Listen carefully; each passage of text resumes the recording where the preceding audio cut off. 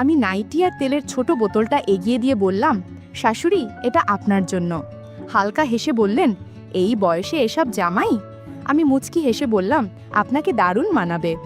কিছুক্ষণ পরে তিনি সেই নীল রঙের হালকা জামাটা পরে আসলেন। আলো ছায়ার মাঝে তার উপস্থিতি একরকম অভিভূত করে দিল। পেছনে না তাকিয়ে বললেন, এইবার তেলটা দাও তো। সেদিন রাতের স্মৃতি এখনও কোথাও জমে আছে।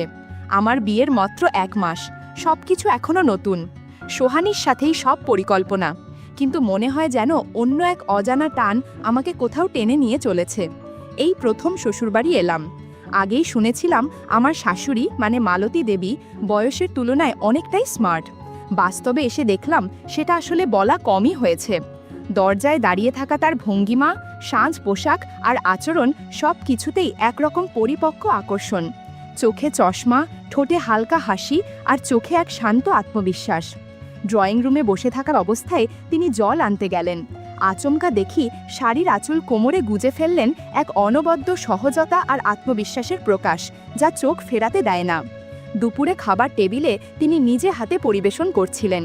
মাঝে মাঝে একটু ঝুঁকে দিচ্ছিলেন, যার মধ্যে এক ধরনের স্নিগ্ধতা ছিল যেটা শরীরই নয়, বরং অভিজ্ঞতার ছাড়াই গঠিত এক সৌন্দর্য। বিকালে আমি বারান্দায় দাঁড়িয়ে চা খাচ্ছিলাম। তিনি পাশ দিয়ে হেঁটে গেলেন, চুলে ক্লিপ লাগাতে লাগাতে। আঁচলটা হাওয়ায় উড়ে সামনের দিকে এলো। দৃষ্টিটা সামলাতে হলো, কিন্তু অনুভূতিটা থেকে গেল।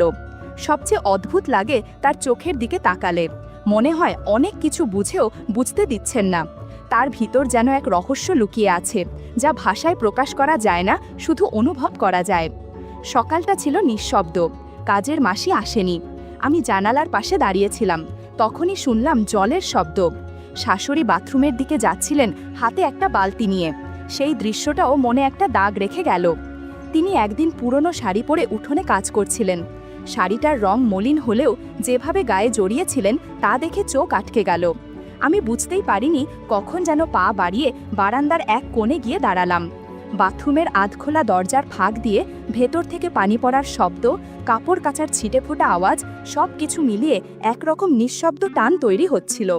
বাইরের আলোয় ভেতরে তার ছায়া পড়ছিল দেয়ালে। কখনো হাত তুলছিলেন, কখনো নিচু হচ্ছিলেন, আর সেই ছায়া দেয়ালের গায়ে নরমভাবে নড়ছিল। হঠাৎ একসময় তিনি পেছনে ফিরে তাকালেন। চোখে চোখ আটকালো মাত্র এক মুহূর্তের জন্য, কিন্তু মনে হলো যেন অনেক অজানা কথা বলে গেল সে দৃষ্টি। তারপর ধীরে দরজা বন্ধ করে দিলেন। আমি পিছিয়ে এলাম, কিন্তু বুকের ধকধক কমছিল না। পরক্ষণেই দেখলাম তিনি উঠোনে কাপড় ধুচ্ছেন, সম্ভবত স্নান সেরে এসেছেন। ভেজা চুলে রোদের ঝিলিক আর তার হাতের নরম ভাজে ভাজে পোশাক থেকে জল ঝরছিল।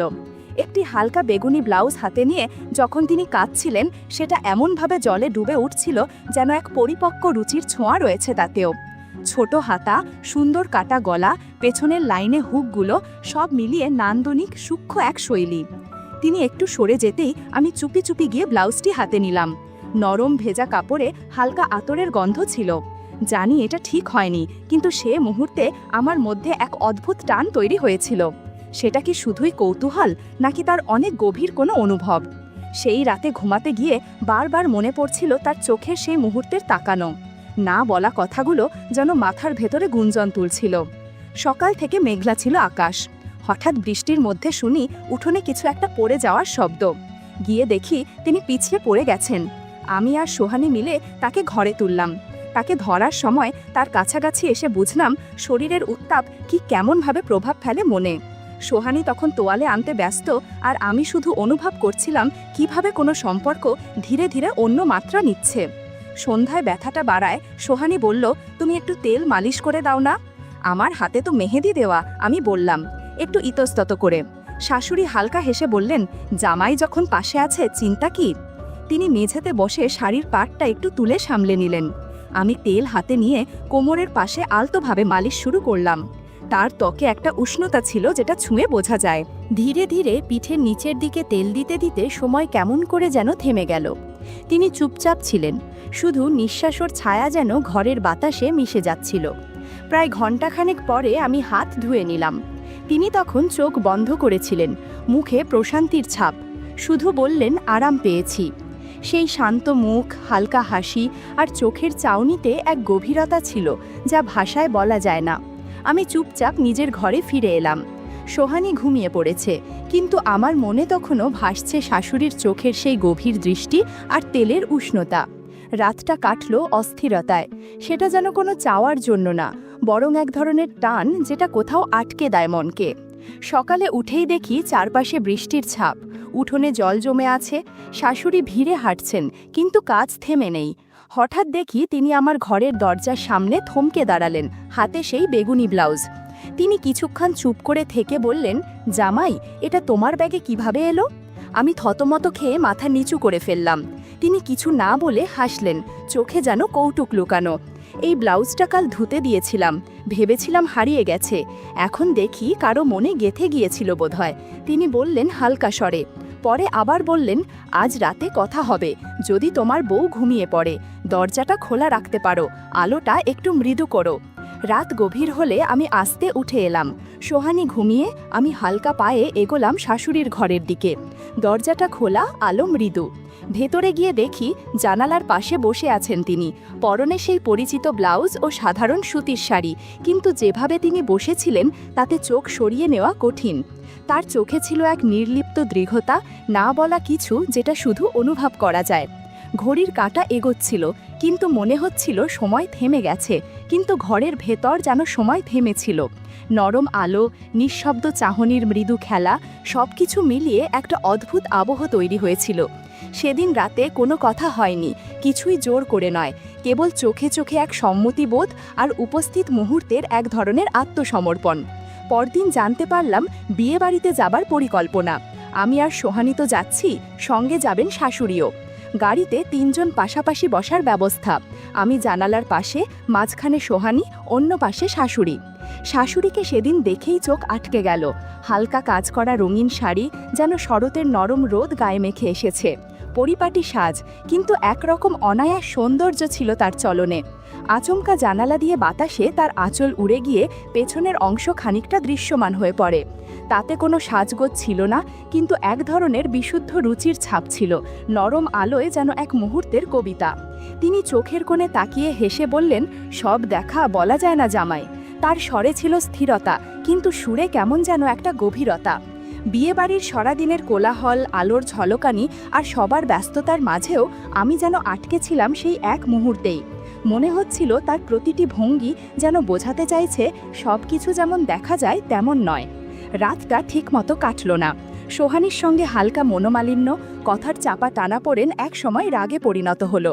আমি চুপ করে থাকলাম, আর সোহানি দরজা বন্ধ করে ঘুমিয়ে পড়ল অভিমানে। আমি বারান্দায় গিয়ে বসলাম। বাইরে হালকা বাতাস, চারপাশ নিস্তব্ধ।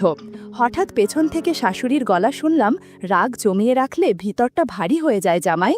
তিনি পাশে এসে বসলেন, বললেন, ও তো এখনো ছোট, তুই একটু বুঝিয়ে নিস। আমি কিছু না বললেও মনে হচ্ছিল তার গলার স্বরেই এক ধরনের পরম মমতা আছে। কিছুক্ষণ চুপ করে থেকে তিনি উঠে গেলেন। আমি ফিরে এলাম ঘরে। পরদিন সকালে সোহানি বাইরে যাবে বন্ধুর সঙ্গে, আমিও বেরোলাম, কিন্তু একসময় একাই ফিরে এলাম বাড়িতে। গেট দিয়ে ঢুকতেই যোগেন পাকাকে বেরোতে দেখলাম। মুখে হাসি, চোখে যেন একটু বেশি স্বস্তি। আমি কিছু বললাম না, শুধু এক অজানা কুয়াশা বুকের ভিতরে নামতে থাকলো। ধীরে হেঁটে শাশুড়ির ঘরের সামনে গেলাম। দরজা হালকা খোলা। ভিতরে দেখি তিনি আয়নার সামনে দাঁড়িয়ে, চুল থেকে জল পড়ছে আর ধীরে ধীরে নিজেকে গুছিয়ে নিচ্ছেন। পাশেই গুছিয়ে রাখা শাড়ি, ব্লাউজ আর পেটিকোট। ঘরের ভেতরের আলো তার মুখে পড়েছিল। চোখে চোখ পড়ে গেল আয়নার প্রতিফলনে। তিনি হেসে বললেন, এতক্ষণ দাঁড়িয়ে আছো কেন জামাই বাবা? সব কিছু মুখে বলতে হয় না, বোঝা যায়। তারপর এক পা এগিয়ে এসে শুধু বললেন, অনেক কিছু জমে থাকে, কারুর একটুখানি সহানুভূতি অনেক সময় অনেক দূর নিয়ে যায়, যে ছোঁয়ায় শুধু শরীর নয়, মনটাও যেন একটু থেমে দাঁড়ায়। তার চোখে ছিল না কোনো সংকোচ, বরং এক ধরনের শান্ত স্বস্তি, যেন অনেক দিনের জমে থাকা কিছু নিজেই উন্মুক্ত হচ্ছে। আমি কোনো উত্তর না দিয়ে চুপচাপ ঘর থেকে বেরিয়ে এলাম। তবু বারবার মনে পড়ছিল সেই মুহূর্ত, আয়নার সামনে দাঁড়িয়ে থাকা ছায়ামূর্তি আর চোখে চোখ রাখার সেই নিঃশব্দ মুহূর্ত, যা ভাষা ছাড়াই অনেক কিছু বলে দেয়। রাতে বারান্দায় বসেছিলাম, চারপাশ নিস্তব্ধ, হালকা বাতাসে পর্দা দুলছে, দূরে একটা ঘুঘুর ডাক ভেসে আসছে। মাথার ভেতর ঘুরছিল যোগেন কাকার মুখ, মালতির চোখের চাহনি আর সেই এলোমেলো কাপড়ের দৃশ্য। কিন্তু আশ্চর্য, আমি ক্ষোভ বা হিংসা কিছুই অনুভব করছিলাম না। বরং মনে হচ্ছিল আমি এই অদ্ভুত পরিস্থিতির অংশ হয়ে গেছি, নীরব তবু গভীরভাবে জড়িয়ে। রাত বাড়ছিল, সোহানীর পাশেই শুয়েছিলাম, তবু ঘুম আসছিল না। তখনই মনে পড়ল দুপুরে বাজার থেকে কেনা ছোট একটা প্যাকেট, হালকা নীল রঙের নাইটি আর তেলের বোতল। চুপচাপ সেগুলো হাতে নিয়ে আমি ধীরে ধীরে এগোলাম শাশুড়ির ঘরের দিকে। দরজাটা খোলা ছিল। ঘরের ভেতরে এক ধরনের আরামদায়ক আলোর ছটা, জানালার পাশে রাখা চাদর, বাতাসে নড়তে থাকা পর্দা আর বিছানায় বসে থাকা মালতি, সব মিলে এক নিঃশব্দ প্রশান্তি। তিনি তখন হালকা শাড়িতে ছিলেন, চুল খোপা করা, পরনে কোনো বাড়াবাড়ি ছিল না, কিন্তু ছিল একটা অনায়াস সৌন্দর্য। আমি হাতে ব্যাগটা এগিয়ে দিয়ে বললাম, আপনার জন্য এনেছি। তিনি হেসে বললেন, এই বয়সে নাইটি জামাই? আমি বললাম, এই রংটা আপনাকে দারুণ মানাবে। তিনি একটু মৃদু হাসলেন, তারপর বললেন, তেল এনেছ? আমি বোতলটা দেখালাম। তিনি জানালার পাশে গিয়ে দাঁড়ালেন। হালকা আলোয় তার ছায়া বিছানার ওপর পড়ছিল। পেছন ফিরে না তাকিয়ে শুধু বললেন, তাহলে লাগিয়ে দাও। আমার হাত খানিকটা কাঁপছিল, তবুও ধীরে তেল লাগাতে লাগলাম। তার পিঠ, গলা আর কাঁধ বরাবর সেই তেল ছড়িয়ে পড়ছিল, আর আমাদের চারপাশে এক অদ্ভুত নীরবতা নেমে এসেছিল। এক সময় তিনি বললেন, এই নাইটি পরে হাসি? আমি চুপ করে দাঁড়িয়ে রইলাম। তিনি পাশের ঘরে গেলেন। যখন ফিরে এলেন তখন গায়ে সেই হালকা নীল পোশাক। খুব সাধারণ একটা ঘরের পোশাক হলেও তার গাম্ভীর্যে সেটাও যেন অনন্য হয়ে উঠেছিল। আমি চোখ ফিরিয়ে নিতে পারিনি। ঘরের ভেতরের বাতাসটাও যেন এক ধরনের ভার বয়ে নিয়ে চলছিল, না কষ্টের না আনন্দের, বরং এক চুপচাপ টান যা শব্দ ছাড়াই কথা বলে। তার চোখে এক গভীর চাহনি, ঠোঁটে নরম হাসি আর ধীরে ধীরে এগিয়ে আসা পায়ের ছায়া, সব মিলিয়ে সেদিন শব্দের দরকার ছিল না।